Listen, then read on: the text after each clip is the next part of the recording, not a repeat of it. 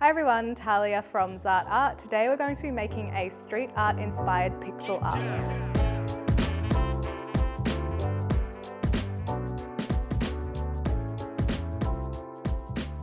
So for this artwork we're going to be using the street artist called Invader, who is a French artist that creates lots of works that incorporate pixels, 8-bit video game characters, and he puts them all over the world, on street corners, on walls, anywhere that you look outside you can see some of his works.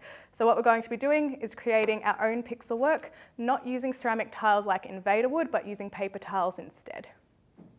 So to begin this, what we're going to do is create our own pixel design. So what I've got here is just a little grid where I can work out my design for my character. Depending on what level you're working at, you may want to choose a character that's already in 8-bit, like a video game character or even Google search characters that are already pixelated for you. If you're working at a higher level, you can design your own. So when you're creating your pixelated image, what you can either do is print out a grid to use and just draw in your shapes. You can print out a picture of whatever you want to pixelate and draw over the top of your picture with squares to simplify it.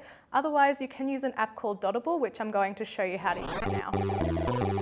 So to begin, we click on the app icon, and in the top of the screen there is a plus button where you can create your own grid.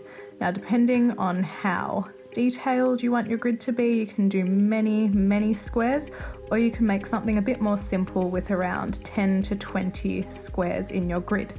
And from there, you can select different ways of colouring in your grid. You can do it dot by dot, or you can colour in larger sections at a time, or even in a circular manner. There is a back button in case you make a mistake. You can just click on the back button as many times as you need to erase any mistakes that you've made.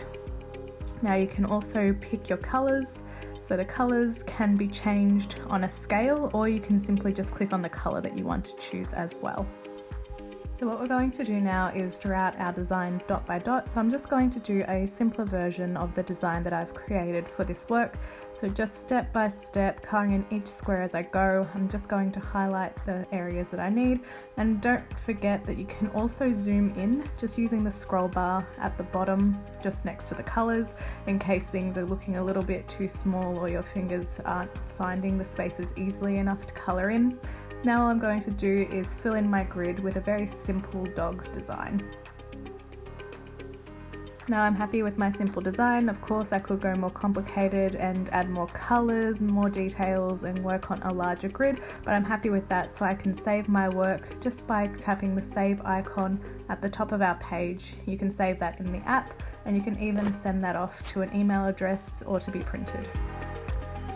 So once you've got your design, whether it's on paper or through the app, what we are going to do now is just make our little mosaic tiles, which will be out of paper. So you can see here, I've already pre-made some of my little tiles, but to make these, I've gone 2 different ways about it. So I've got some coloured paper here, and what you might notice or realise when you're creating your work is that you don't have the specific colours that you need. So with your coloured paper, cut out all the colours you can, and if you're missing some colours, such as these tiles, I've just used watercolours to make these tones instead of the coloured paper. Okay, so to make your squares, my squares are about 2.5 by 2.5 centimetres, so you do want them to be even, but I've roughly just used a ruler length. So if you want to go the same size as mine, then you might want to consider how big or how small you want to go.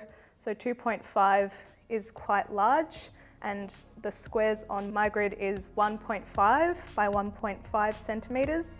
So when I make my piece with my paper tiles, it's going to be much larger than my piece which is on the paper. But if you did want to create your work the same size as what you have on your piece of paper, then you'll want to do the same measurements.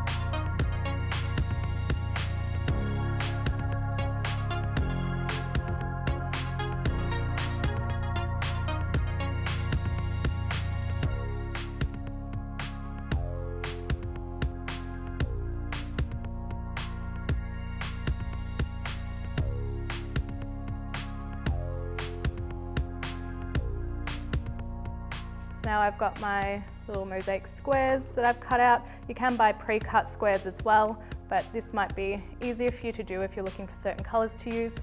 So I can put these to the side. And now a big part of this project is to think about street art and how it is displayed. So what I'm going to do is put my work on this big sheet of paper using blue tack, but a really great way of going about this project would be to do it on a wall or on a window, if you have permission of course, because street art is about being out in the open where people can see it, they can walk past it and interact with it. So using just a little bit of blue tack on my paper, I'm going to start arranging my paper mosaic tiles, and depending on what level you are and if you're finding it a bit difficult to line everything up, you might want to draw down your grid if you are working on paper and then put your tiles into the grid. Otherwise, you can lie them next to each other and arrange them as you go, so everything's in line.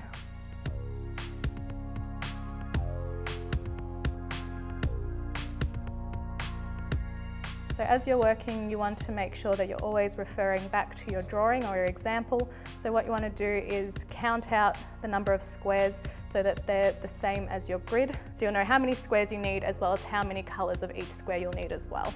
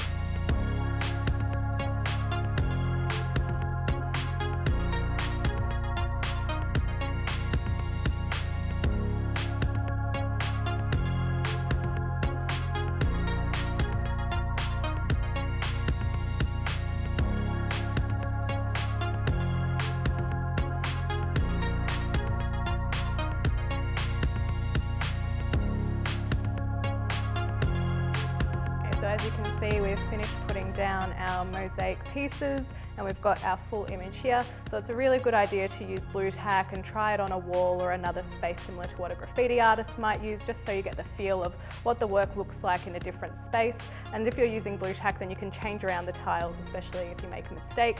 If you're doing something similar to this, then this is about a mid-level work. You can extend it to a higher level by doing more intricate designs, adding more colors and more shapes to the piece. Otherwise, if you're working at a lower level, then you can do more simplified versions as well.